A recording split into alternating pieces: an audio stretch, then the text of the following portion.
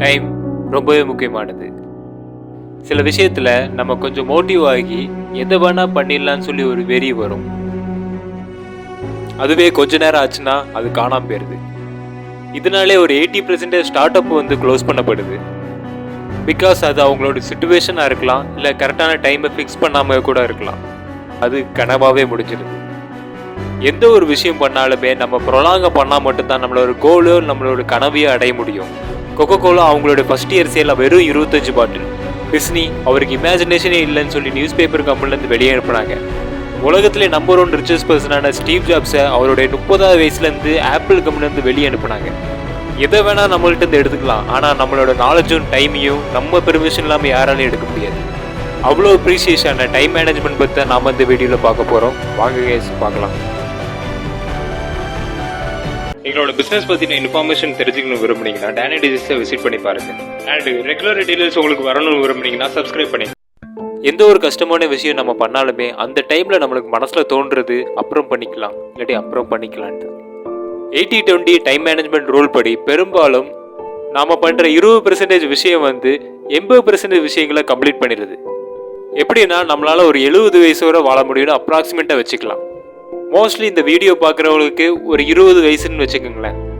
நம்மளோட லைஃப்பை எஃபெக்டிவாக ஓடி ஆடி ஸ்பெண்ட் பண்ணக்கூடியது டைம்ஸ் எவ்வளோ பார்த்தீங்கன்னா ஒரு 45 வயசு வரை நம்மளால் ஓட முடியும். அப்போது நம்ம 45 வயசில் போடக்கூடிய எஃபோர்ட் தான் நம்மளோட 70 வயசு வரை கொண்டு போக போகுது. ஆனால் 45 வயசில் 20 வயசு கம்மியாயிடுச்சு. ஸோ மிச்சம் இருக்கிறது வெறும் 25 வயசு தான்.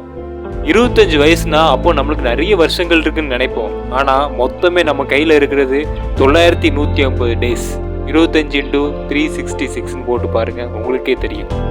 லைஃப்ல நம்ம 70 வயசு வரை வாழணும்னா நம்ம இங்கே ஒரு 20 வயசு நம்ம எஃபோர்ட் போட்டால் மட்டும்தான் அதுதான் மிச்சம் இருக்க 80% கம்ப்ளீட் பண்ணும்.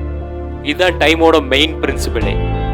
இதை மாத்திரக்காக டைம் மேனேஜ்மெண்ட் ஸ்டெப்ஸில் ஃபர்ஸ்ட் ஒன்றா நம்ம பார்க்க போகிறது fix your time or schedule. எல்லாருக்குமே சேம் சிச்சுவேஷன் இருக்குன்னு சொல்லிட முடியாது. சில பேர் ஜாப்ல இருக்கலாம், சில பேர் பிஸ்னஸ் பண்ணலாம், சில பேர் படிச்சுட்டு கூட இருக்கலாம். ஒவ்வொரு ஆள் பொறுத்து அவங்களோட டைம் வேரி ஆகும்.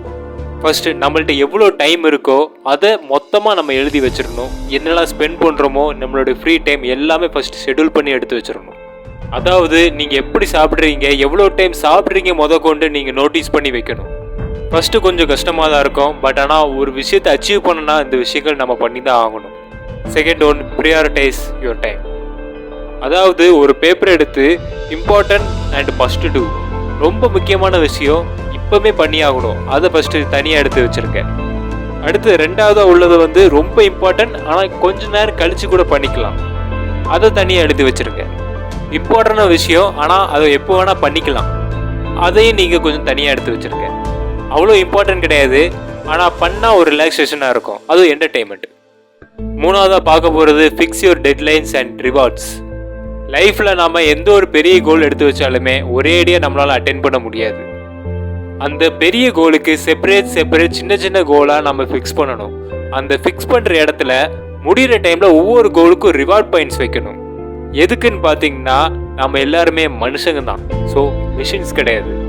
ஒரு டைமில் ப்ரொலாங்காக பண்ணும்போது நம்மளுக்கு போர் அடிக்க ஆரம்பிச்சிடும். இது எங்கே சக்ஸஸ் ஆகுமோன்னு சொல்லி நாமளே சந்தேகப்பட ஆரம்பிப்போம். ஸோ இதுக்காக அந்த கோலை ஃபினிஷ் பண்ணோடனே ஒரு ரிவார்டை கொடுக்குற மாதிரி உங்களுக்கு என்ன பிடிச்சிருக்கோ சின்ன லெவலில் நீங்கள் பண்ணுங்கள். நாலாவது நம்ம பார்க்க போகிறது create work space suitable for you. நீங்கள் உங்களுடைய ஒர்க்கை எங்கே பண்ண போகிறீங்களோ அந்த இடத்துல க்ளீனாக இருக்கணும், நீட்டாக இருக்கணும் அப்படிலாம் கிடையாது. அந்த ஏரியா உங்களுக்கு எப்படி கம்ஃபர்டபுளாக இருக்கோ அப்படி நீங்கள் வச்சுக்கலாம். Fifth one, to prolong. Whatever it is, நீங்கள் என்ன பண்ணாலுமே ப்ரொலாங்கை நீங்கள் பண்ணால் அதில் கண்டிப்பாக அச்சீவ்மெண்ட் பண்ணலாம். இன்னொன்று, அந்த விஷயத்தில் டோன்ட் பி பெர்ஃபெக்ட். பெர்ஃபெக்ஷனை நோக்கி நம்ம போக ஆரம்பிச்சோம்னா நம்மளோட டைமை கரெக்டான இடத்துல மேட்ச் பண்ண முடியாது. போக போக அந்த பெர்ஃபெக்ஷனை நம்மளாவே சால்வ் பண்ணிக்கலாம். சிக்ஸ்த் ஒன்று நம்ம பார்க்க போகிறது டர்ன் ஆஃப் யுவர் நோட்டிஃபிகேஷன்ஸ். நீங்கள் முக்கியமான ஒர்க்கை நீங்கள் டைம் ஃபிக்ஸ் பண்ணி பார்த்துட்டு இருக்கலாம், ஆனால் ஒரு நோட்டிஃபிகேஷன் உங்களோட டைமை வேற யாரோ சாப்பிட ஆரம்பிச்சிருவாங்க. இதுவும் நம்ம பார்க்க போகிறது ட்ரை டு சே நோ. இந்த விஷயத்த நிறைய பேர் பண்ணுறது கிடையாதுன்னு தான் சொல்லணும். எல்லா விஷயத்துக்குமே எஸ்ன்னு சொல்லிட்டு, பட் ஆனால் அவங்களோட டைம் இருக்காது, அந்த டைமை பார்க்காம அந்த விஷயத்துக்கு அவங்க வாக்கு கொடுத்துருவாங்க. ஸோ இதனாலேயே அவங்க எடுக்கிற டெசிஷனும் தப்பாக போக சான்சஸ் அதிகமாக இருக்குது. ஸோ நம்மள்ட்ட என்ன இருக்கோ அதை பொறுத்து நம்ம வாக்கு கொடுக்கறது ரொம்பவே நல்லது. 8th ஒன் ஃபைனல் ஒன் நம்ம பார்க்க போகிறது நோ மோர் மல்டி டாஸ்கிங். ஒரு ஒர்க்குன்னு எடுத்துட்டாலே அது பெர்ஃபெக்ஷன் வந்து நம்மளுடைய ஃபுல் கான்சன்ட்ரேஷன் வச்சாதான் முடிக்க முடியும். மல்டி டாஸ்கிங்கை பொறுத்த வரைக்கும் ஒரு % ஒர்க் இங்கே பண்ணிவிட்டு ஒரு % ஒர்க்கு அங்கே பண்ணால் நம்மளால் ஃபுல் கம்ப்ளீட்டட் ஒர்க்காக நம்மளால் கொடுக்க முடியாது. ஸோ டைம் எல்லா இடத்துலையும் வேஸ்ட் ஆக தான் செய்யும். ஸோ இதுதான் guys 8 step for time management. And இன்னொரு வீடியோவில் பார்க்கலாம். Thank you guys. உங்களுக்கு இந்த இன்ஃபர்மேஷன் பிடிச்சிருந்தா கீழே இருக்க லைக் பட்டனை கிளிக் பண்ணிருங்க. அது எனக்கு ரொம்ப வீடியோஸ் கிரியேட் பண்ண என்கரேஜ் பண்ணும். Thank you guys.